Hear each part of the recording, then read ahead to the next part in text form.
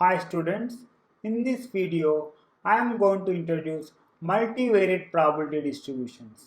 Before I do that, I want to talk about a problem of generating sample data of given size from given probability distribution.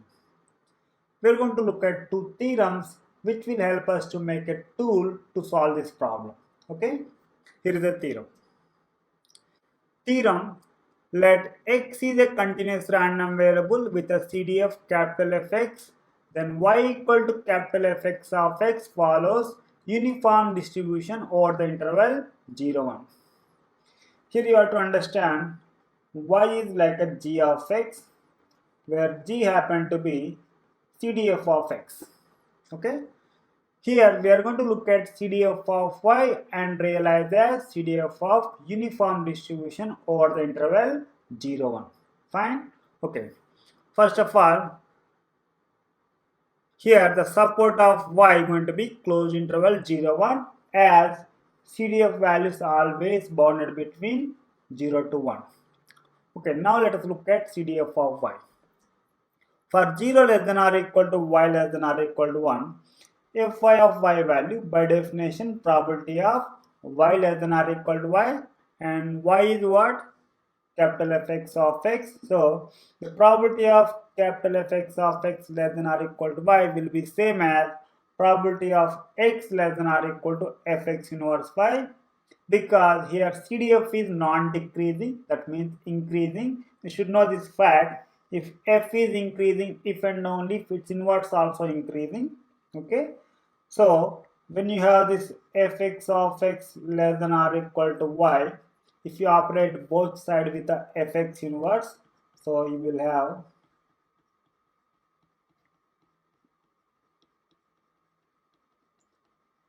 we still have a same side inequality because fx inverse is increasing. So this you can write x less than or equal to fx inverse y.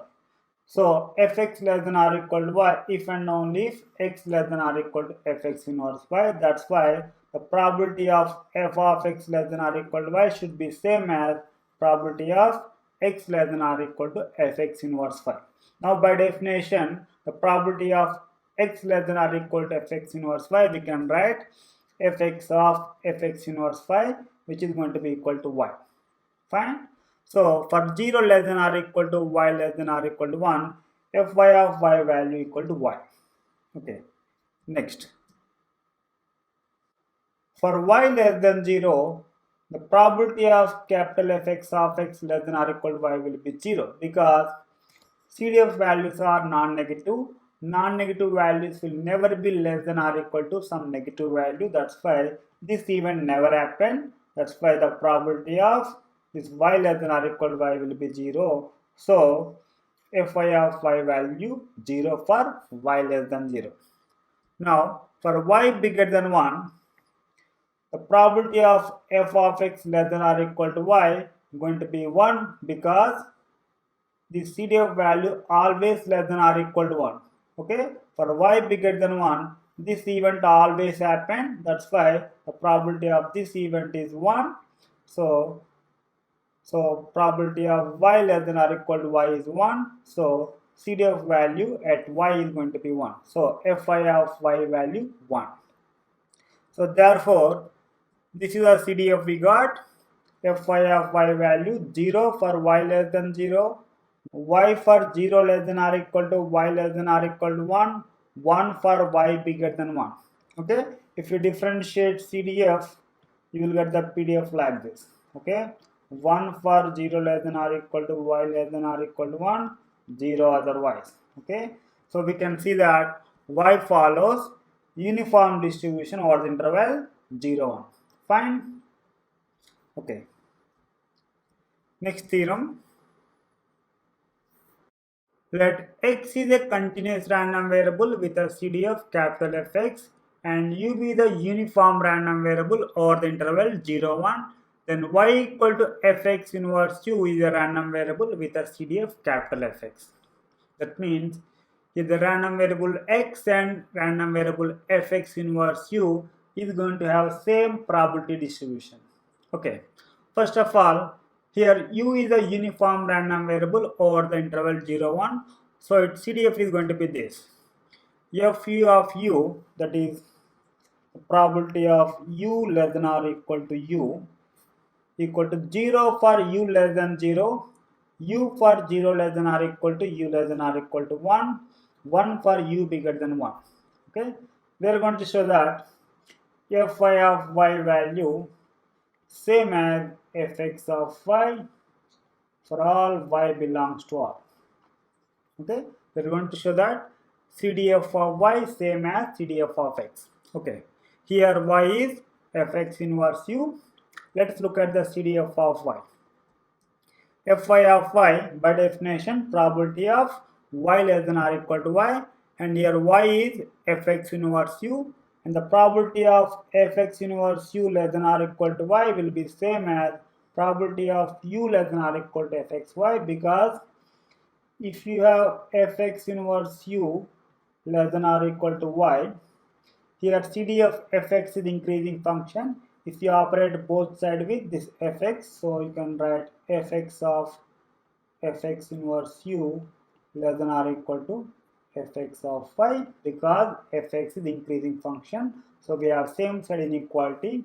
Now this you can write u less than or equal to fx of y. That's why this event happen if and only if this event happen. That's why the probability of this event going to be same as probability of this event. Now probability of u less than or equal to fx of y, in terms of CDF of u we can write fu of fx of y. Okay, now we can see that 0 less than or equal to fxy less than or equal to 1, because CDF values are always between 0 and 1. So here we are going to apply this rule. Fu of u going to be u for 0 less than or equal to u less than or equal to 1. That's why we should write fx of y. Okay, fu of fxy value going to be fx of y, because we are applying this rule as fxy is between 0 and 1. Okay, fine. So therefore we have fi of y equal to fx of y for all y belongs to R, hence y as the CD of capital Fx. Okay, here y equal to fx inverse u having same probability distribution as x. Okay, fine. Now note, if u1, u2, un are n realizations of uniform random variable or interval 0, 1, then these transformations of u1, u2, un under this fx inverse will be realizations of random variable x whose CDF is capital Fx. Because from above theorem we know that this fx inverse u is a random variable having CDF capital Fx, right? That's why. That means here, if u1, u2, un are n random numbers from interval 0, 1, which come from uniform distribution over the interval 0, 1, then this transformation will come from distribution whose CDF is this capital Fx. This is how we can generate sample data of given size from given distribution. Okay, fine. Let's look at some example here. If x follows exponential distribution with a parameter lambda, then we know its CDF f of x equal to 1 minus e power minus lambda x for x positive. Let's look at its inverse function. If I take y equal to 1 minus e power minus lambda x, then e power minus lambda x going to be 1 minus y minus lambda x equal to log of 1 minus y, then x going to be minus 1 by lambda log of 1 minus y. This is going to be inverse function. Okay, fx inverse of y. So for transformation y equal to fx inverse u, which is minus 1 by lambda of log 1 minus u, follows exponential distribution with a parameter lambda. Okay, so that's why if u1, u2, un are n random numbers from interval 0, 1, then minus 1 by lambda log 1 minus u1 and so on, minus 1 by lambda log 1 minus un. Okay, this data come from exponential distribution with the parameter lambda. Similarly, if x follows Rayleigh distribution with a parameter b, okay, this I introduced in the last lecture, then its CDF is going to be 1 minus e power minus b by 2 x square for x positive. So if you want to find inverse function, let us say y equal to e power minus b by 2 x square, then I can write e power minus b by 2 x square equal to 1 minus y, that implies minus b by 2 x square equal to log of 1 minus y, then x square going to be minus 2 by b log of 1 minus y, that implies x is under root minus 2 by b log of 1 minus y. So this is going to be fx inverse of y. This actually makes sense because log of 1 minus y value will be negative because 1 minus y value between 0 and 1, right? So the log of something between 0 and 1 will be negative, minus 2 by b log 1 minus y will be positive. That's why the under root something makes sense, okay? So our transformation fx inverse u under root minus 2 by b log of 1 minus u. This is a random variable which follows Rayleigh distribution with a parameter b from above 0. That means if u1, u2, un are n random numbers from interval 0, 1, then under root minus 2 by b log of 1 minus u1 2 under root minus 2 by b log of 1 minus un. Okay, this data come from Rayleigh distribution with a parameter b. Fine. This is how we can generate data of given size that come from particular distribution. Okay. Next. In this program, I am going to generate million data points from exponential distribution as well as million data points from Rayleigh distribution using above technique. Then I'm going to plot histogram for each of the data that we generated. And I'm also going to plot a graph of the corresponding PDFs and we are going to see how they look. Okay. Here we have taken n equal to 1 million, u equal to np dot random dot random, which will give us numpy array of size n that consisting of random numbers in the interval 0, 1. That means u consisting of million data points that come from uniform distribution over the interval 0, 1. In this foo1 function, y1 is this transform data of u using the transformation minus 1 by lambda log 1 minus u. So y1 will be again numpy array of size n, which consisting of data that come from exponential distribution with the parameter lambda. Then we are plotting histogram for the data in y1. In foo2, y2 is transform data of u using the transformation square root of minus 2 by b log 1 minus u.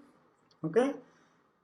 So y2 will be again numpy array of size n, which consisting of data that come from Rayleigh distribution with a parameter b. Again we are plotting histogram for data in y2. In foo3, I'm simply plotting the graph of the PDF of exponential distribution. Here lambda e power minus lambda x, which is a PDF of exponential distribution. In foo4, I'm simply plotting the graph of the PDF of Rayleigh distribution with the parameter b, whose PDF is bx e power minus b by 2x square. Okay. Now for lambda equal to 4, b equal to 3. Okay. Let's see how they look. Okay.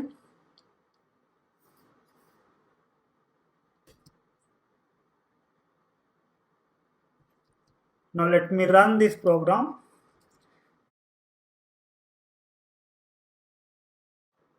Here we go. Now, looking at histogram of exponential data and graph of exponential PDF, we can feel that data that is in Y1 indeed come from exponential distribution with a parameter lambda. Similarly, looking at histogram of relay data and graph of relay PDF, we can feel that data that is in Y2 indeed come from relay distribution with a parameter B. Fine? Okay. So far, we have been looking at single numerical characteristic on a given probability space. Thus, we studied probability distributions of single random variable, also called univariate probability distributions. But most of the time in practice, to study certain phenomenon, we may have to consider more than one numerical characteristic simultaneously. For example, if you want to study obesity on a given population, you can't simply consider single numerical characteristic, that is weight, to conclude someone obese or not. You have to take another numerical characteristic, that is height, also into consideration. To study this obesity, we have to study these two numerical characteristics, height and weight, jointly.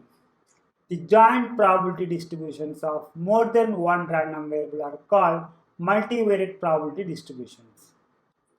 Now let me consider few more situations. Let us consider the random experiment of rolling two distinct dice with the sample space omega going to be consisting of order pair ij, ij from 1 to 6. Here let x1 denote the sum of the dice, okay, x2 denote the product of the dice. Here it may be our interest to study these two numerical characteristics x1, x2 simultaneously. Okay, this amounts to study a function from omega to r square. Okay, here each outcome omega map to two numerical characteristics. One is sum of the dice, other one is product of the dice. For example, if outcome ij map to two numerical characteristics I plus j, ij. Okay, so here we denote this function of two variable as x under bar, which is a vector of two random variable. Okay, fine. Next, let us look at another situation. Let us consider the situation of doctor examining a random patient at the hospital. To study patient health, doctor may need to study certain numerical characteristics like x1 height, x2 weight, x3 temperature, x4 blood pressure simultaneously. Okay, this amounts to study a function from omega to r4. Okay, here each outcome is like a patient. We map to four numerical characteristics: x1 omega, which is a height, x2 omega, which is a weight, x3 omega, which is temperature, x4 omega, which is blood pressure. Okay, here each outcome we are mapping a point in R4. Okay, it's a function of four variable which we denote with x under bar, which is a vector of four variables. Okay, in the previous case, we consider something called two-dimensional random vector. This is going to be four-dimensional random vector. Let me define what is in general, what would be the k-dimensional random vector. Okay. Definition: for a given probability space omega script of p, a function from omega to rk is called k-dimensional random vector if inverse image of Borel set is event in script f for all b in script bk, where script bk is Borel sigma field in rk. Here, this function is denoted by x under bar, which is a vector of k random variable. That means here, on a given probability space omega script of p, we are considering k numerical characteristics simultaneously. Okay. Here, the script bk is a Borel sigma field in rk, which is generated by sets of this form. Okay. So these are just generalization from one dimensional to k dimensional. We already know in R the Borel sigma field generated by intervals of this form, right? These are actually line segments geometrically. I want to call them one cell. Similarly, in R2, the Borel sigma field will be denoted by script B2, which is going to be generated by intervals of this form A1 B1 cross A2 B2. These are going to be rectangular regions in plane if A1 B1 A2 B2, then A1 B1 cross A2 B2 going to be this rectangular region. Okay, so this rectangle region I want to call 2 cell. This I am going to call 2 cell. Similarly, Borel sigma field in R3, which is denoted by script B3, okay, which will be generated by sets of this form A1 B1 cross A2 B2 cross A3 B3. Okay, these are going to be cuboid regions in R3. I'm going to call them 3 cells. In general, in k-dimensional space, the Borel sigma field generated by these sets I'm going to call k cells. Okay, fine. Okay, and the script bk is also generated by sets of this form. These are like unbounded k cells. Okay, and all these things are simply generalizations of things that we studied in one dimensional to k dimensional. Okay, fine. A one-dimensional random vector will be referred as univariate random variable, and two-dimensional random vector will be referred as bivariate random variable. From now on, we restrict our attention to two-dimensional random vector because the discussion on k-dimensional random vector will be similar. We can easily generalize things to k-dimensional random vector once we study and understand two-dimensional random vector. Okay? Note, basic events in script B2, which is a Borel sigma field in R2, are going to be rectangular regions in plane, bounded or unbounded. That means either this type, if basic events of this type A1 B1 cross A2 B2, Cartesian product of this interval, then it's going to be bounded rectangle like this A1 B1 A2 B2. Cartesian product going to be this rectangular region. Okay, another type is going to be Cartesian product of minus infinity to a1 cross minus infinity to a2. If this is a1, this is a2, then this rectangular region going to be unbounded rectangular region like this. Okay, fine. Okay, next, joint probability distribution of bivariate random variable xy. A function pxy from script b to r defined as pxy of b for b belongs to script b2, where script b2 is Borel sigma fit in R2. That means for every Borel set b in R2, the pxy be defined like this. Probability of xy belongs to b. Here this xy belongs to be the event in script f, which means event consisting of all outcomes in sample space omega for which x omega, y omega sitting in B. This is going to be event in script f.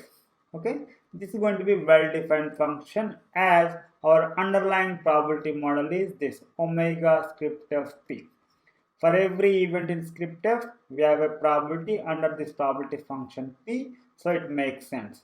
And it's going to satisfy three axioms of probability. So this pxy is going to be a valid probability function. This is called joint probability distribution of bivariate random variable xy. Okay. And we don't have much tools to study this function as its domain is so complicated. So we're going to study another function of two real variable, something called joint cumulative distribution function, which uniquely determines this joint probability distribution function. Okay, next. Joint cumulative distribution function, we simply write as JCDF. It's a function fxy from r square to r defined like this. The function value at xy defined as the probability of this basic event in script b2 under this pxy. What is the basic event here? Interval minus infinity to x cross interval minus infinity to y. The probability of this basic event under this pxy assigned to this function value at xy. This also same as probability of this event x less than or equal to x, y less than or equal to y. This is an event in script f which consisting of outcomes in sample space omega for which x omega less than or equal to x, y omega less than or equal to y. Okay. So this function is called joint cumulative distribution function of the bivariate random variable xy. As we can see, this joint CDF has complete information about pxy values over this basic events in script p2, which generate all Borel sigma field script p2. Okay, so that's why it is enough to study this joint CDF, and it is easy to study as it is a function of two real variables whose domain is R square. Okay, now let's look at some properties of this joint CDF. Properties of joint CDF. I'm not going to prove these properties, but I'm simply going to state them. The first one is joint CDF is non-decreasing with respect to each coordinate. When I say with respect to each coordinate, keeping other coordinates fixed.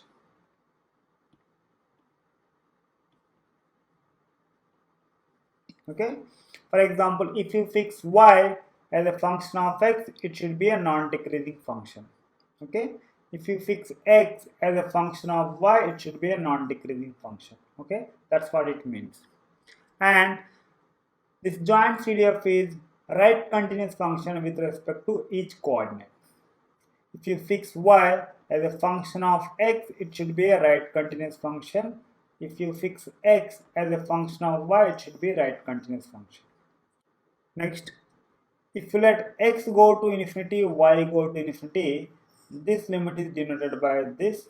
Okay, fxy value at infinity, it should be 1. Okay, it makes sense because this joint CDF value at xy defined as probability of x less than or equal to x, y less than or equal to y.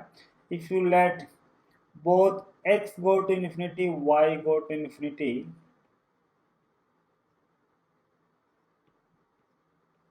so this event becomes sure. Okay, that's why the limit of this probability must be 1. Similarly, if you let x go to minus infinity, this limit is denoted by the CDF value at minus infinity comma y. Okay, this limit must be 0 because this is what the probability of x less than or equal to x, y less than or equal to y. If you let x go to minus infinity, then this event will become impossible event. Okay, that's why this probability must be 0. Similarly, same thing here. If you let y go to minus infinity, okay, the limit of this joint CDF, which is denoted by the CDF value at x comma minus infinity, this must be 0 because again this is what the probability of x less than or equal to x, y less than or equal to y. Okay, as y tends to minus infinity, this event become impossible. That's why its probability must be approaching 0. Okay, so these are the properties of joint CDF. In fact, these properties completely characterize joint CDF. Okay, the next theorem. A function f from r square to r square is a joint CDF of some bivariate random variable if and only if it satisfies the following condition. this f should be non-decreasing and right continuous with respect to both coordinates, keeping other fixed, and as x go to minus infinity, the limit of the f must be 0, as well as y go to minus infinity, the limit of this f must be 0, and as x and y both go to infinity, the limit of f must be 1. Already mentioned, this is a notation for limit x tends to infinity, y tends to infinity, f of x, y. Okay, this is a notation for limit y tends to minus infinity of f of x, y, that should be 0.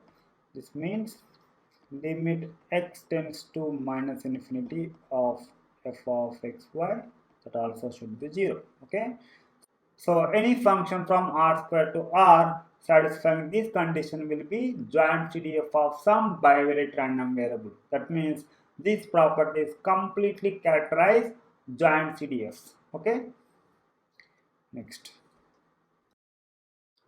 In general, the probability distributions of x and y can be obtained from joint probability distribution of x and y. That is, we can get this px, py from joint probability distribution txy. Let's see how.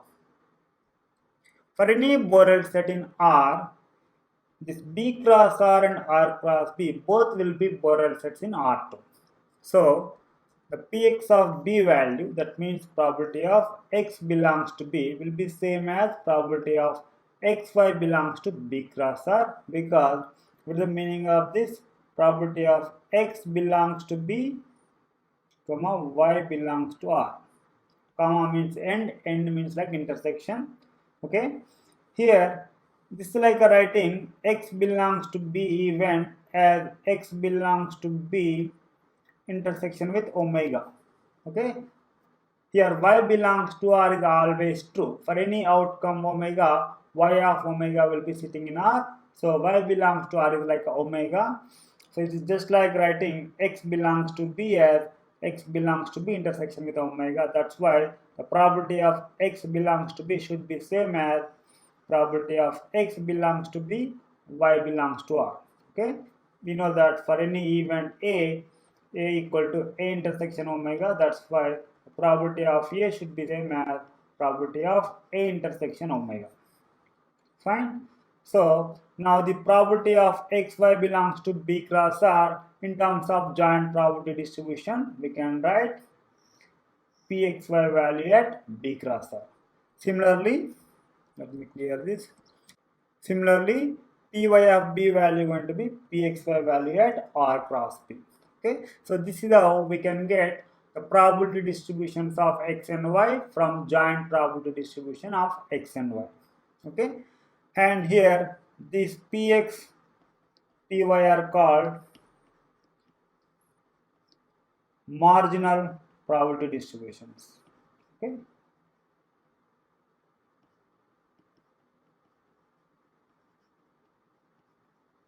Okay. This is general. Now let us see how to get CDF of x and CDF of y from joint CDF of x and y. Okay.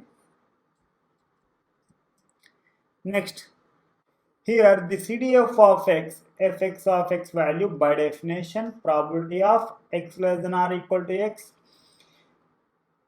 This x less than or equal to x event we can also write x less than or equal to x comma y less than infinity. It's like writing x less than or equal to x event like x less than or equal to x intersection with omega, because here y less than infinity always true. That's why y less than infinity event is going to be sure event omega. Okay, so that's why the probability of x less than or equal to x should be same as the probability of x less than or equal to x comma y less than infinity, and this probability we can write limit of probability of x less than or equal to x comma y less than or equal to y as y go to infinity, and by definition this is going to be joint CDF value at xy. So we can write limit of joint CDF value at xy as y go to infinity. Okay, so this one we can also write joint CDF value at x comma infinity. It's a notation. And similarly, CDF of y, the Fy of y value, probability of y less than or equal to y. So this probability of y less than or equal to y, we can also write just like above, probability of x less than infinity, comma, y less than or equal to y. Again, this probability we can write limit of probability of x less than or equal to x, comma, y less than or equal to y as x tends to infinity. Again, this is joint CDF value at xy. So it's going to be limit of joint CDF value at xy as x go to infinity. So this we can also write joint CDF value at infinity comma y. So this is how we can get the CDF of x and CDF of y from joint CDF. Okay, simply if you let y go to infinity, the joint CDF will be approaching CDF of x. If you let x go to infinity, the joint CDF will be approaching CDF of y. These are called here fx, fy are called marginal CDFs. Okay, marginal CDFs of a bivariate random variable xy. Okay, fine. In general, from joint distribution, we can always get marginal distributions, but reverse not always possible. From given marginal distributions of x and y, it's not always possible to get joint probability distributions. Okay, fine. Next. All joint probability statements about x and y in theory can be answered in terms of joint CDF. Okay, let's see how to answer the following. The probability of x bigger than x, y bigger than y actually going to be 1 minus fx of x minus fy of y plus fxy of xy. Actually, the whole thing in terms of joint CDF only, because this fx of x you can write limit of y tends to infinity fxy of xy. Similarly, this fy of y you can write limit of x tends to infinity fxy of xy. Okay, so technically the whole thing in terms of joint CDF only. Fine. Let's see how to prove this statement. First of all, the probability of x bigger than x, comma y bigger than y, I can write 1 minus probability of x bigger than x, y bigger than y, whole complement. That's fine. Now here comma is like a intersection here. So let me write this way. So 1 minus probability of x bigger than x intersection with y bigger than y, whole complement. Now using the De Morgan laws, A intersection B whole complement, actually A complement union B complement. So this we can write the probability of x bigger than x complement union y bigger than y complement. Okay, so again the complement of x bigger than x we can write x less than or equal to x, complement of y bigger than y we can write y less than or equal to y. Okay, now again using addition theorem of probability, this look like a probability of A union B. We have the probability of A union B what? Probability of A plus probability of B minus probability of A intersection B. It is addition theorem of probability. So we can write 1 minus of probability of x less than or equal to x plus probability of y less than or equal to y minus probability of x less than or equal to x and y less than or equal to y. This is like a probability of A plus probability of B minus probability of A intersection B. Okay, fine. Let me clear this. Next. Now if I take minus inside, I can write 1 minus probability of x less than or equal to x minus probability of y less than or equal to y plus probability of x less than or equal to x comma y less than or equal to y. So this is nothing but fx of x, this is nothing but fy of y, this is nothing but fxy of xy. So we have this. The probability of x bigger than x comma y bigger than y, 1 minus fx of x minus fy of y plus fxy of xy. This is how you can answer this joint probability statements in terms of this joint CDF. Okay. Next. The probability of A less than x less than or equal to B, C less than y less than or equal to D equal to fxy of BD minus fxy of AD minus fxy of BC plus fxy of AC. This is how we can answer probability of this event in terms of joint CDF. Okay, let's prove this. Let me start with the left hand side. Here this event A less than x less than or equal to B, C less than y less than or equal to D is this bounded rectangular region.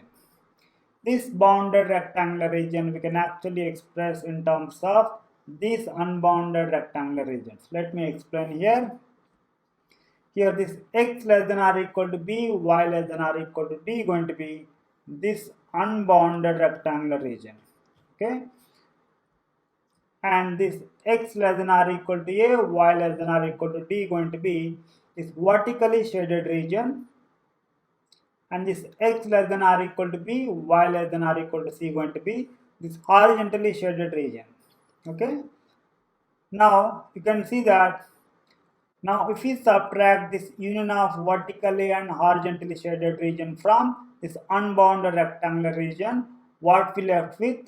This bounded rectangular region, which is exactly our event of interest. Okay, that's why the probability of this event is same as probability of this event. Now we can also see that this union of vertically and horizontally shaded region is subset of this whole unbounded rectangular region x less than or equal to b, y less than or equal to d. That's why the probability of this event we can write probability of this event minus probability of this event. Okay. In the next step, we are going to write the probability of right hand side as the probability of this event minus probability of this event. Okay, fine. Now this one look like a probability of A union B. If you apply addition theorem of probability in the next step, we can write like this. This one as it is here, and this one actually from this probability of A union B. This is like a probability of A plus probability of B minus probability of A intersection B. Okay. Now what is intersection of this vertically and horizontally shaded region? That is this, right? Okay, this we can write, this event we can write x less than or equal to A, y less than or equal to C.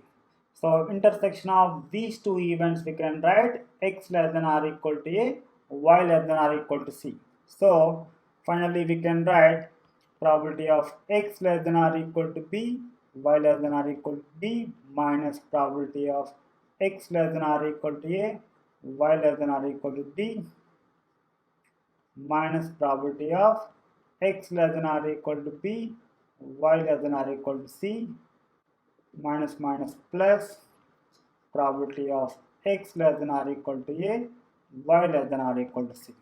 Okay. Next. Now in terms of joint CDF, we can write like this. This is nothing but fxy value at BD. This is nothing but fxy value at AD. This is nothing but fxy value at BC. This is nothing but fxy value at AC. So this is the probability of A less than x less than or equal to B and C less than y less than or equal to D. Okay.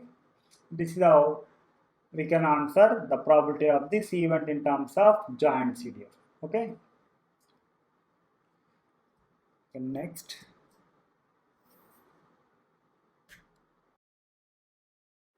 Again, bivariate random variables are mainly classified into two types.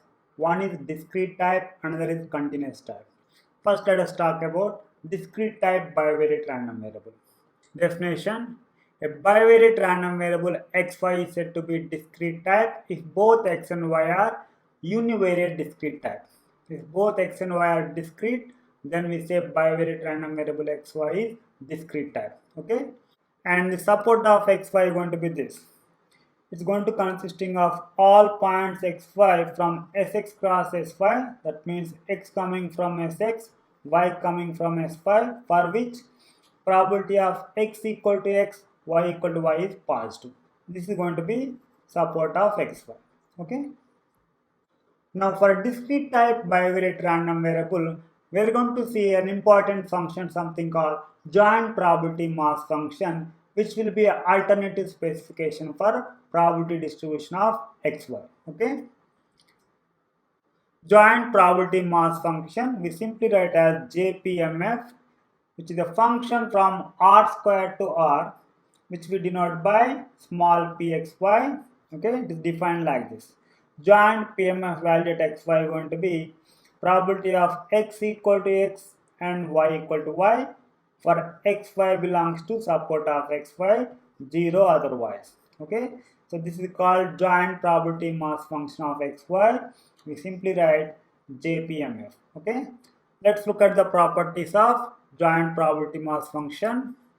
First of all, it should be a non-negative function and total joint PMF values over the support must be 1.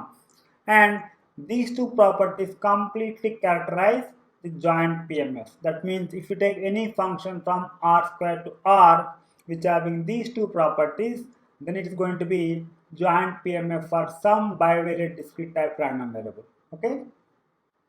And I said this joint PMF completely specifies the joint probability distribution, right? So for any Borel set B in R2, the probability of xy belongs to B, that is Pxy of B, is going to be simply sum of the joint PMF values over B intersection Sxy. This is how we can get probability of xy belongs to B for any Borel set B in R2. Okay? Fine. Next. Now from the joint PMF, we can obtain PMFs of x and y as follows. For any I belongs to Sx, the Px of y, by definition, it should be probability of x equal to I. This probability of x equal to I, we can also write like probability of x equal to I and y belongs to Sy. Because it is like writing x equal to I event as x equal to I intersection with omega, because y belongs to S5 going to be sure event. That's why this probability of x equal to I should be same as probability of x equal to I and y belongs to S5. And this probability, we can write sum of this probability of x equal to I and y equal to j, where j running over S5. And this probability of x equal to I, y equal to j going to be joint PMF value at ij. So therefore, this Px of I is what? Sum of these joint PMF values at ij, where j running over S5. Okay. Now for every I belongs to Sx, Px of I obtained like this. What we are doing here, to get the Px of I value, we are summing joint PMF values by fixing first index at I and summing over second index which runs over S5. Okay. Similarly, we can get the PMF of I. For any j belongs to Sy, the Py of j going to be sum of these joint PMF values at ij, where I running over Sx. For every j belongs to Sy, the Py of j can be obtained like this. What we are doing here, we are summing joint PMF values by fixing second index at j and summing over first index which runs over Sx. Okay, fine. Here this Px, Py are referred as marginal PMFs of bivariate random variable xy. Okay. Note, in general, from marginal PMFs, it's not always possible to get joint PMF, but from joint PMF, we can always get this marginal PMF. Okay. Fine. Next. Now let us look at conditional probability mass functions. Conditional PMFs. For given j belongs to support of y, conditional PMF of x equal to I given y equal to j is denoted by this. You may read it as Px given y of I given j and defined like this. Probability of x equal to I given y equal to j. It's a conditional probability. What is the conditional probability definition? Probability of A given B.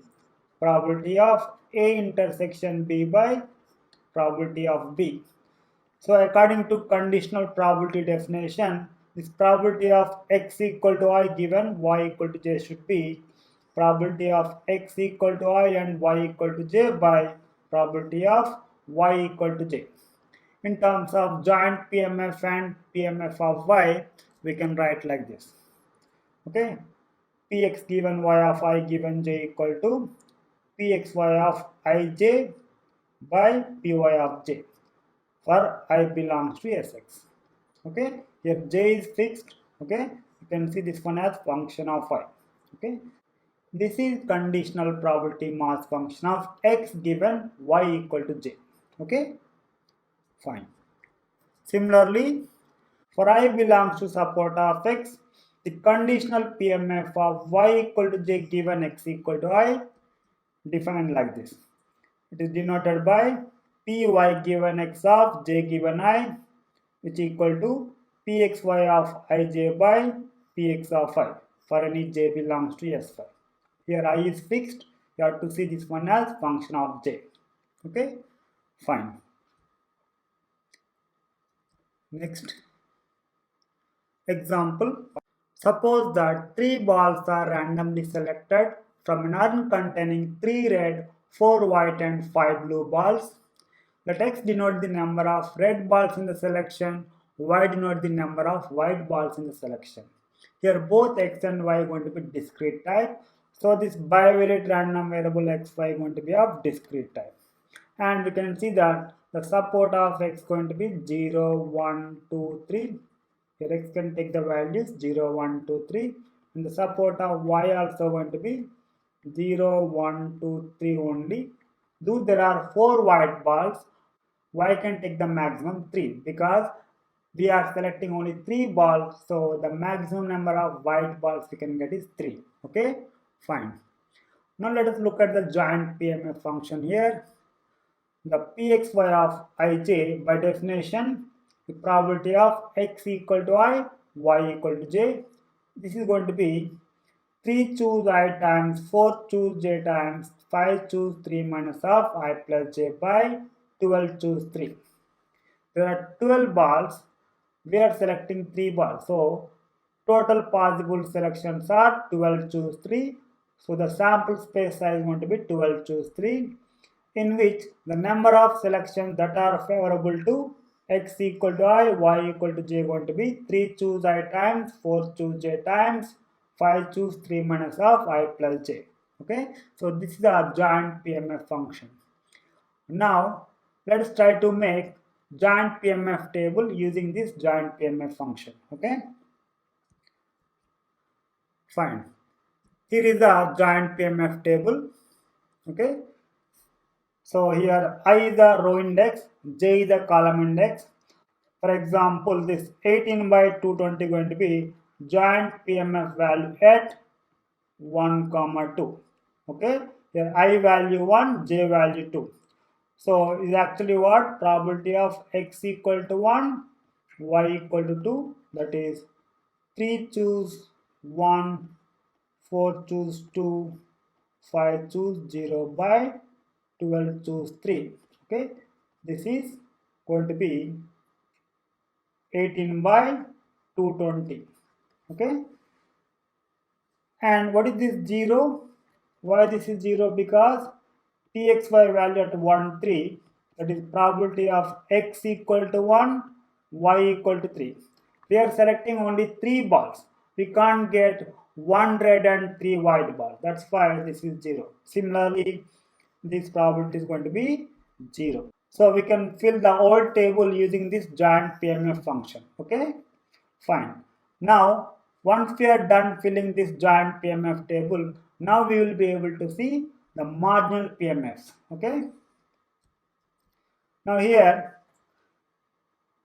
What is the marginal PMF? Px of I is going to be sum of joint PMF values Ij, where j running over support of y, which is 0, 1, 2, 3. Okay. Here j is the column index. So if you sum up this row, so your row index is fixed to 0, but column index varying over 0, 1, 2, 3. So this sum going to be the px value at 0. Similarly, if you sum up this row, you will get the PMF value of x at 1. Similarly, this will be Px of 2. This will be Px of 3. Okay. So now, and what is the PMF of y? Py of j going to be summation Pxy of ij, where sum varying over I belongs to Sx. Again, Sx is 0, 1, 2, 3. Okay. Again, if you sum up this column, your column index is fixed. Okay. Here the row index is varying over 0, 1, 2, 3. So this value is going to be Py of 0. This is going to be Py of 1. Similarly, this sum going to be Py of 2. This sum going to be Py of 3. Okay. This is how you can get marginal PMF. Now, marginal PMF names makes perfect sense as these probabilities occur at a margins, right? Fine.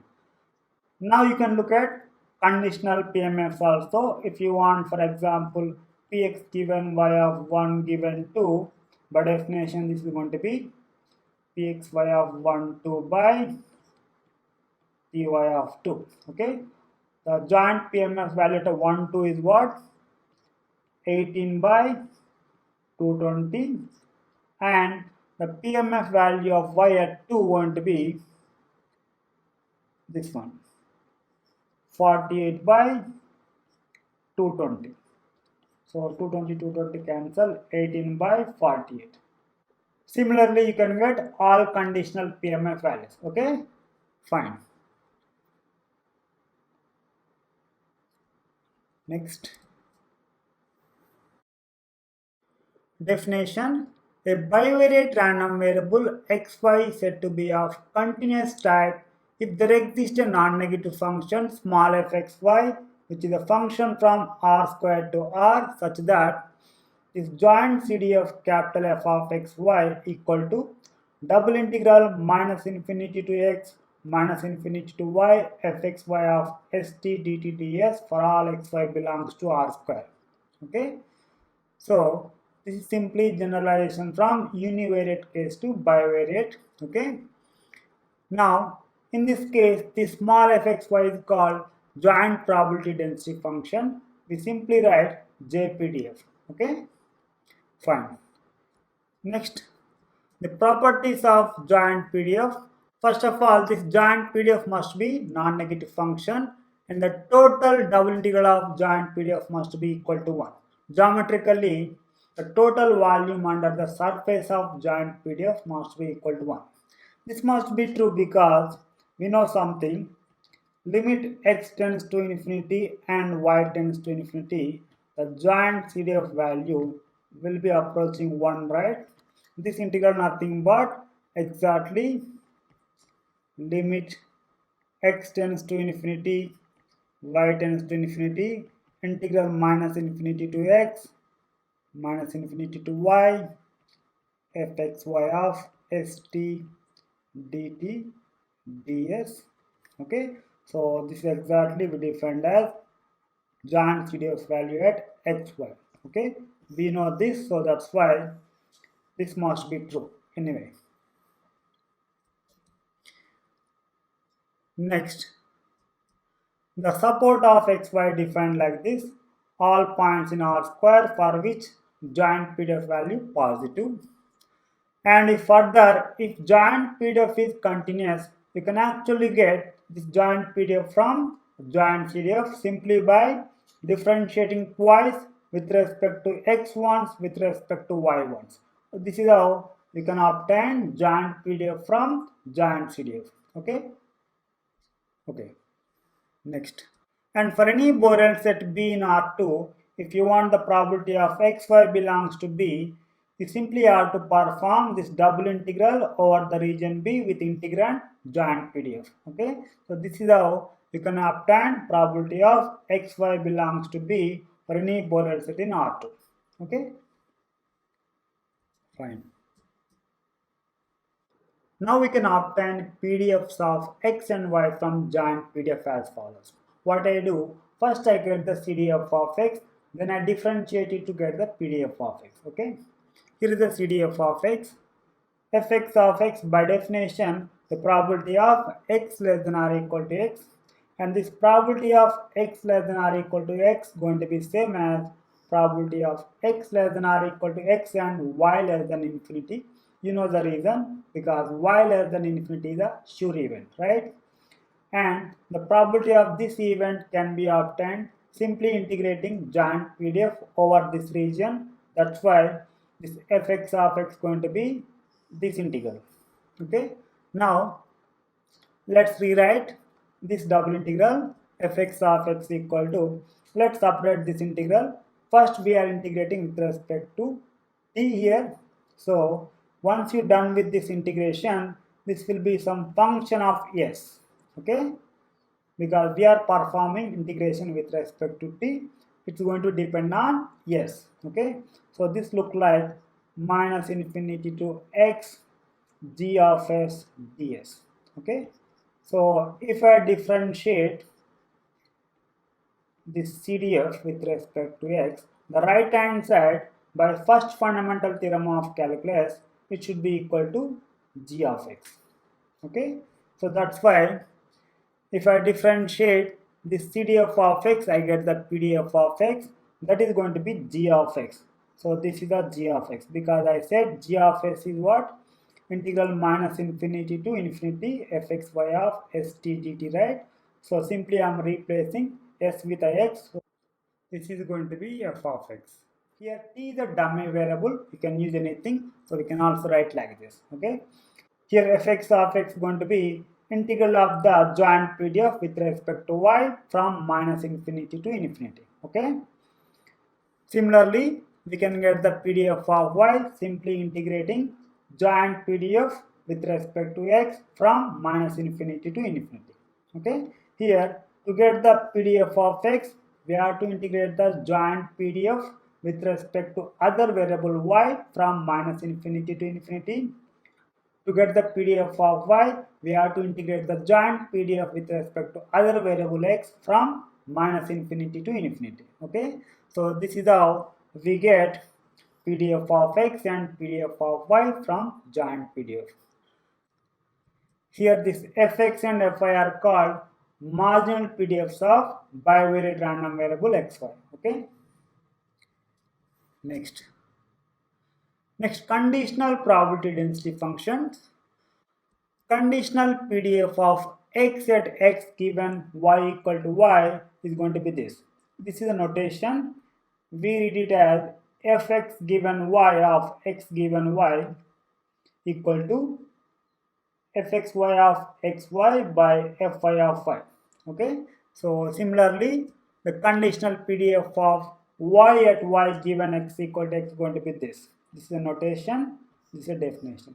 Fxy of xy by fx of x, similar to the discrete case. Okay. Fine. This is how you get conditional probability density function out of joint PDFs and marginal PDFs. Okay.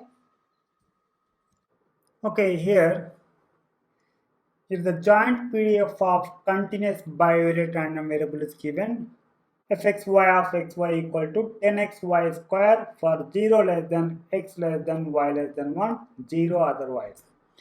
Here we have to find marginal probability density functions and conditional probability density functions. Hence we have to compute the first probability of x less than 1 by 4. Here only random variable x is involved, so we have to use PDF of x. Here we have to compute probability of y greater than 3 by 4. Here only random variable y is involved, so we have to use PDF of y. Here we have to compute probability of 0 less than x plus y less than 1 by 2. Here we have to use joint PDF of x and y.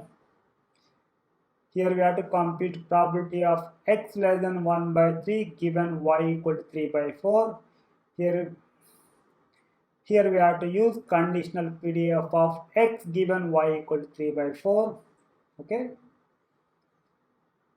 Here we have to compute probability of y less than 1 by 2 given x equal to 1 by 4. Here we have to use conditional PDF of y given x equal to 1 by 4.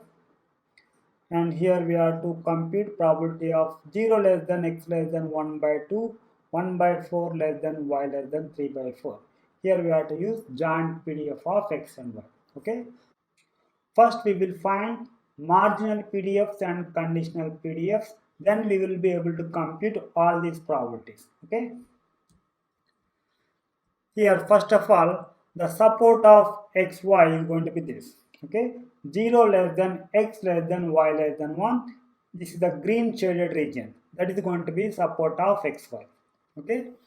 Now first let us find marginal PDF of x. How do we get the marginal PDF of x? Simply integrating joint PDF with respect to y from minus infinity to infinity.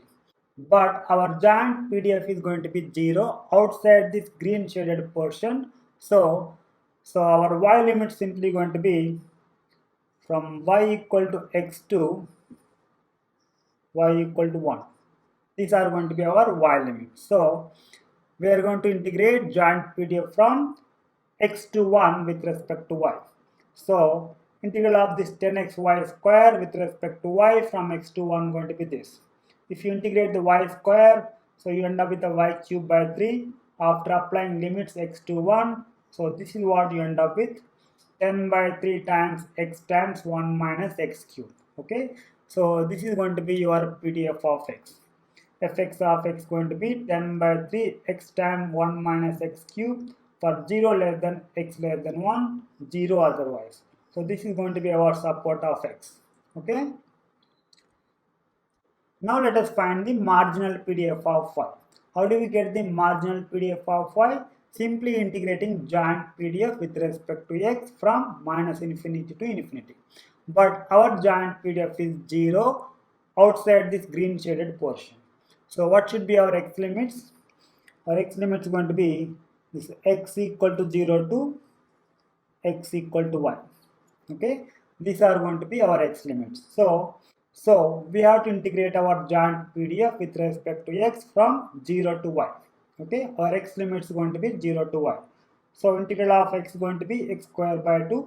After applying this x limits 0 to y, so we end up with 5y square times y square minus 0, that will be 5y to the power of 4.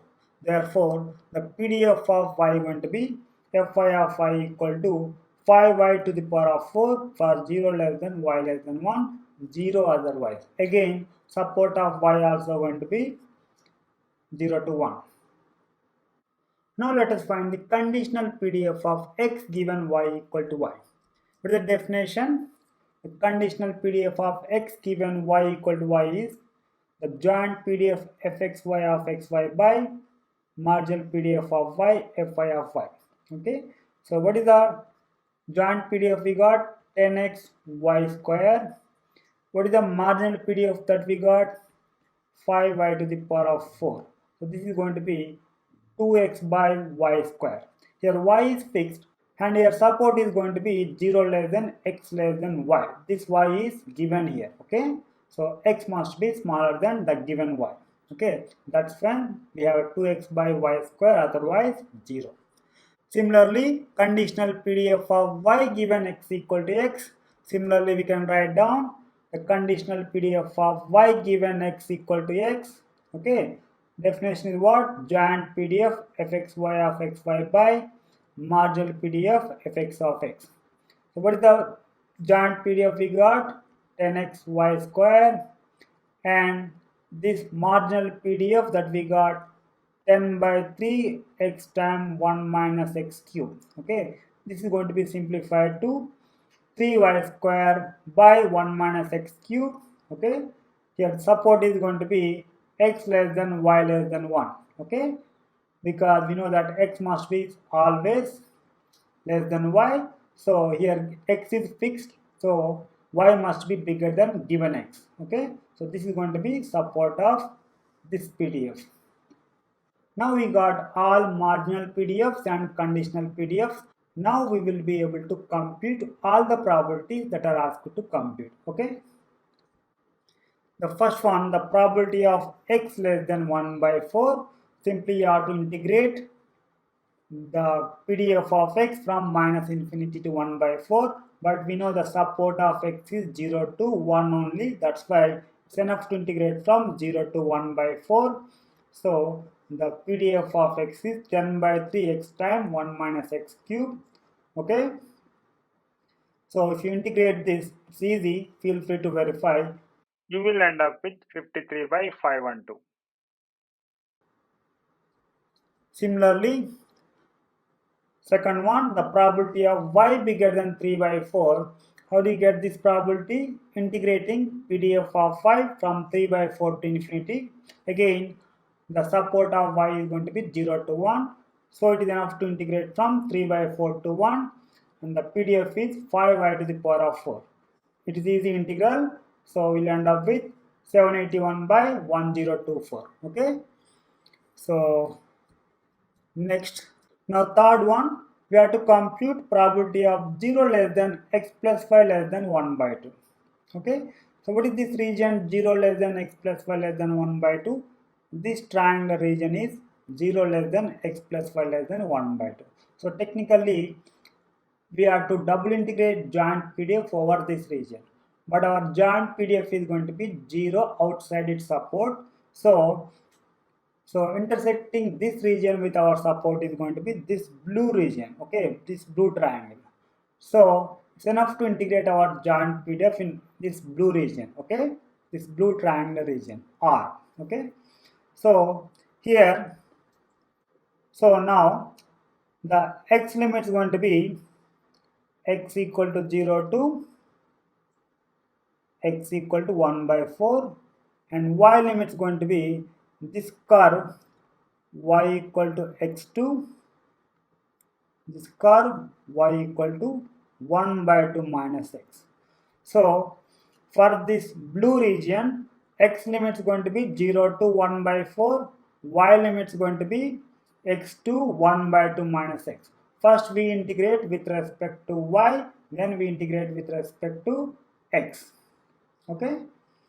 So our joint PDF is what? 10xy square. First we are integrating with respect to y. Okay. So y integration going to be y cube by 3 after applying limit x to 1 by 2 minus x. You will end up with this. This is going to be simple integration. Please feel free to verify. You will end up with 11 by 3072. Okay. So the probability of 0 less than x plus 5 less than 1 by 2 going to be 11 by 3072. Okay. So this is easy. Do it. Next. Fourth one.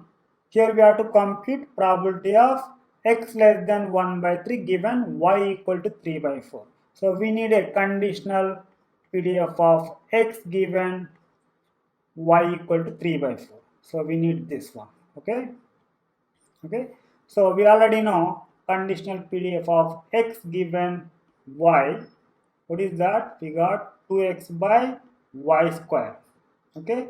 With the support 0 less than x less than y. So here y equal to 3 by 4. So simply substitute y equal to 3 by 4. You will end up with 32x by 9 with support 0 less than x less than 3 by 4. Because here y equal to what? 3 by 4, right? Fine. Now we have to integrate conditional PDF from 0 to 1 by 3. Okay, with respect to x. Okay.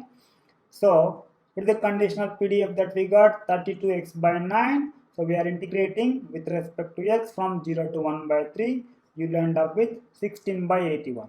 Okay. Fine. Fifth one, we want to compute probability of y less than 1 by 2 given x equal to 1 by 4. Here we need a conditional PDF of y given x equal to 1 by 4. We already got conditional PDF of y given x like this. F of y given x is 3y square by 1 minus x cube with the support x less than y less than 1. Okay, here x equal to 1 by 4. Okay, so here I simply substitute x equal to 1 by 4. You will end up with 3y square by 1 minus 1 by 4 whole cube. This will be simplified to 192y square by 63 with the support 1 by 4 to 1. Okay. Now to compute this probability, we have to integrate this conditional PDF of y given x equal 1 by 4 from 1 by 4 to 1 by 2. Okay, so that means we have to integrate this 192y square by 63 from 1 by 4 to 1 by 2. If you perform this integral, you will end up with 7 by 63. Okay, next. Next, sixth one, we have to compute probability of 0 less than x less than 1 by 2 and 1 by 4 less than y less than 3 by 4. Technically, this region will be this, but intersecting with our support, only this R1 union R2. So we have to integrate our joint PDF over the region R1 union R2. So this double integral over R1 union R2 we can write like integral over R1 plus integral over R2. Okay. So we have to integrate our joint PDF over R1 and over R2. Then we have to add up to get the total probability over R1 union R2. Fine. In region R1, x limit is going to be 0 to y. Y limit is going to be 1 by 4 to 1 by 2. In region R2, x limit is going to be 0 to 1 by 2 and y limit is going to be 1 by 2 to 3 by 4. Okay. Now let's integrate our joint PDF over R1 and R2 with these limits. Okay. On R1, x limit is going to be 0 to y. First we are integrating with respect to x. Then y limit is going to be 1 by 4 to 1 by 2 in R1 region. In R2 region, x limit is going to be 0 to 1 by 2, that we are performing integration with respect to x first. Then y limit is going to be 1 by 2 to 3 by 4. Okay. Now first we are integrating with respect to x. So integration of x is going to be x square by 2 after applying limit 0 to y. Here also integration of x is going to be x square by 2 after applying 0 to 1 by 2. So total integration is going to be with respect to y. So if you perform this integration, okay, this integral you will end up with 31 by 1024. This integral you will end up with 19 by 64. Total thing will be simplified to 335 by 1024. Okay, fine. Next, here is the problem. You get a stick and break it randomly into 3 pieces. What is the probability that you can make a triangle using 3 pieces? Okay, let us solve this. Let the length of the stick is 1 unit. Let us denote the left end of the stick with a 0, right end with a 1. Okay, let us say this is our stick, left end with a 0, right end with a 1. The length of the stick is 1 unit. Okay. Now let x and y denote the location on the stick where we break randomly. To make into 3 pieces, we need to select 2 locations on the stick. Let us say this is x, this is y. Okay. Now then length of the 3 pieces that we can get are x, y minus x, 1 minus y. These are the length of the 3 pieces that we can get. And these 3 pieces make a triangle if and only if length of each piece is less than 1 by 2. Because if at least one of the piece having greater than 1 by 2 means some of the remaining 2 pieces are going to be less than 1 by 2. Then it will not make a triangle. Okay. So these 3 pieces make a triangle if and only if length of each piece is less than 1 by 2. So these pieces make a triangle if and only if 0 less than x less than 1 by 2, 0 less than y minus x less than 1 by 2, and 0 less than 1 minus 5 less than 1 by 2. Okay, this is equivalent to, and 0 less than x less than 1 by 2. If I combine these two, okay, from this I can write y bigger than 1 by 2. From this I can write x less than y less than x plus 1 by 2. And x already less than 1 by 2. So better lower bound going to be this 1 by 2. So I can write 1 by 2 less than y less than x plus 1 by 2. Okay. So these three pieces make a triangle if and only if 0 less than x less than 1 by 2 and 1 by 2 less than y less than x plus 1 by 2. Okay. So fine. Next. Now let us find out the joint PDF of x and y. Here x and y are going to be random variable. They are going to be continuous random variable. Now the joint PDF of x, y going to be product of marginal PDF and conditional PDF, because the conditional PDF f of y given x, how do we write? Joint PDF by marginal PDF of x, right? So if I cross multiply, then I can write joint PDF of xy as marginal PDF into a conditional PDF of y given x. Okay, that's why joint PDF of xy we can write marginal PDF of x into conditional PDF of y given x. Here x follows uniform distribution over the interval 0, 1, because we initially pick randomly a location from 0 to 1.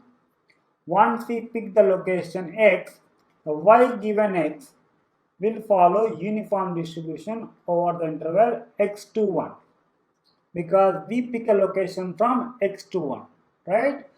That's why this joint PDF going to be, this fx of x going to be 1 by 1 minus 0, as x follows uniform distribution over the interval 0, 1, and the conditional PDF of y given x going to be 1 by 1 minus x, because it is a uniform distribution over the interval x to 1. So with support 0 less than x less than y less than 1, because x always less than y, right? Okay, fine. So this is going to be our joint PDF. Okay, 1 by 1 minus x for 0 less than x less than y less than 1, 0 otherwise. Okay.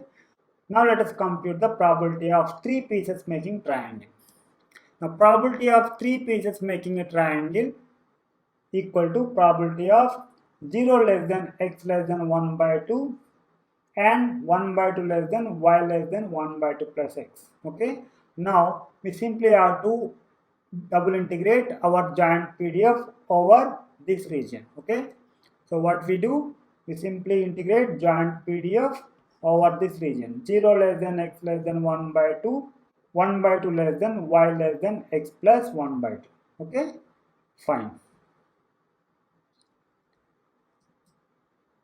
So our joint PDF is what? 1 by 1 minus x. Okay, our y limit is going to be 1 by 2 to x plus 1 by 2. First we are integrating with respect to y. Our x limit is going to be 0 to 1 by 2. Okay, so since we are integrating with respect to y, so 1 by 1 minus x we are getting out. So if I integrate this one, I get integral of y with the limits 1 by 2 to x plus 1 by 2. This gets simplified to x. Okay, so this is going to be x. So next we have to integrate x by 1 minus x with respect to x from 0 to 1 by 2. Okay, this x by 1 minus x, first we can write 1 by 1 minus x minus 1. Now let us integrate. Integral of 1 by 1 minus x going to be minus log 1 minus x with the limits 0 to 1 by 2, and integral of 1 going to be x, okay, with the limits 0 to 1 by 2. Okay, now after applying this limit, the whole thing is going to be log 2 minus 1. whose value is 0.193147. Okay, this is what we got. Fine. Now let us try to simulate the experiment to verify if our solution is correct. Okay. Simulation of breaking stick experiment. Here I am taking n equal to 1 million. I am going to repeat this experiment million times and I am going to get the frequency of making triangle in this million trials. Okay. I am starting with the frequency 0. So in this for loop, okay, each time I am going to pick a random number in the interval 0, 1. I am putting it in x and I am picking a random number from the interval x to 1 uniformly. I am putting in y. So these are the locations I mentioned, x and y. Then I am going to get the three lengths a, b, c. A going to be x, b going to be y minus x, c going to be 1 minus I. A, b, c are length of the three pieces. Okay. Now these three pieces make a triangle if and only if we know that a plus b bigger than c and b plus c bigger than a and a plus c bigger than b. If that happens, I am increasing my frequency by 1. Okay. Once I am done with the loop, I am going to print this f by n, that is the relative frequency for making this triangle. Okay. Now let us see what is the relative frequency that get printed.